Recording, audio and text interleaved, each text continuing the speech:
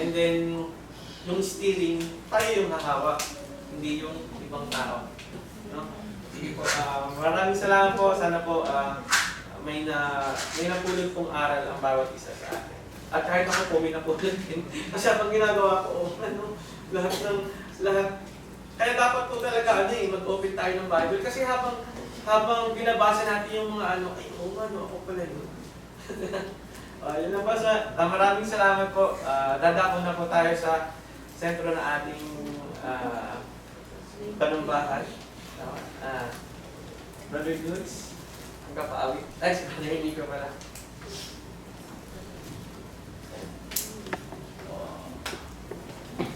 Wala.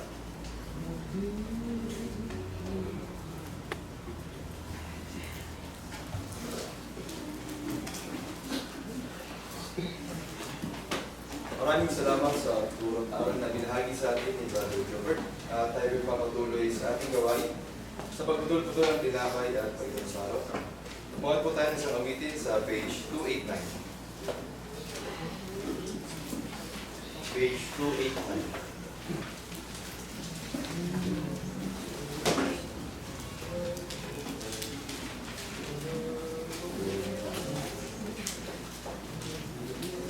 Dear Lord, we break the bread. Ready? Sing.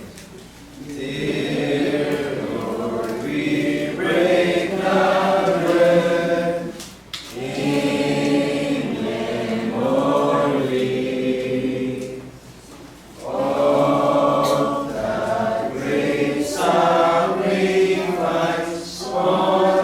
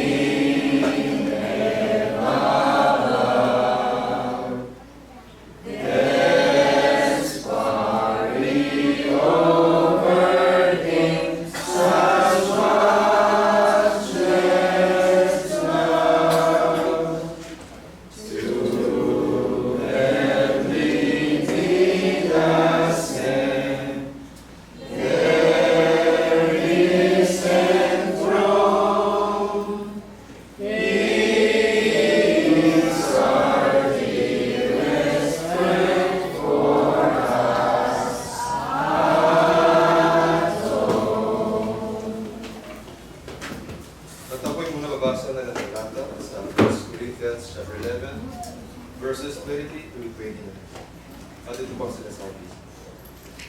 Sapagkat tinanggap ko sa Panginoon ang ibinibigay ko naman sa inyo, na ang Panginoong Isus sa gabing siya'y pagkanulo ay dumampot ng tinapay.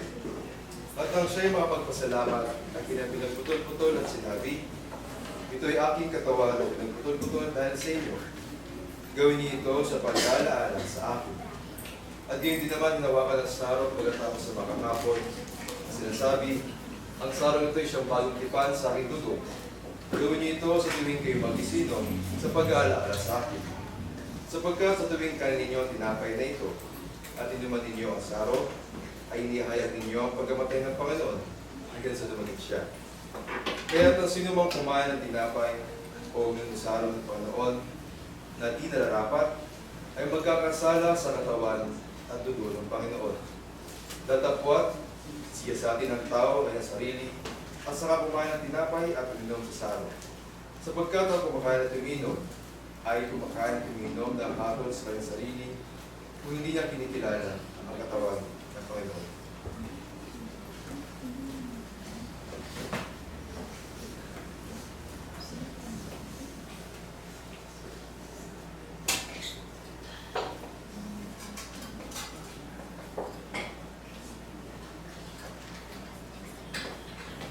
Tayo po yung magsigayo para sa mga.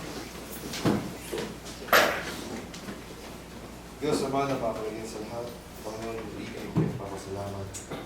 Minsan pa, ipinito ko sa amin ang pagkakataon nito na aming lalahanin ang katagalaan at pagsakripisyo ng aming Panginoon na si Kristo Jesus para sa aming kaligtas. Dahil ito, Panginoon, hawak po ng mga lingkod ang katas ng bukas na sumisundo sa dugo at ang tinapay ng mga libadura na sumisundo naman sa kanyang katawan.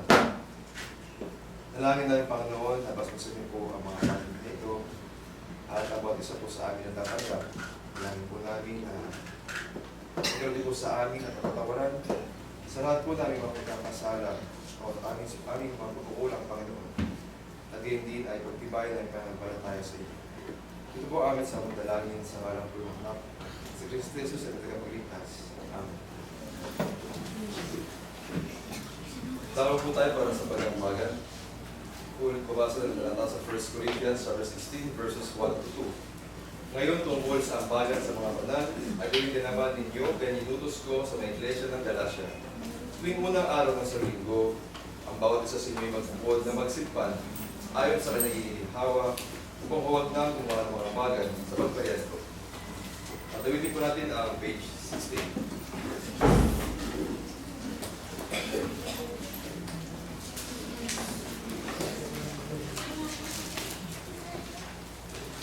When the pilot billows you are tempest-tossed. Ready? Sing. When the pilot billows you are tempest-tossed.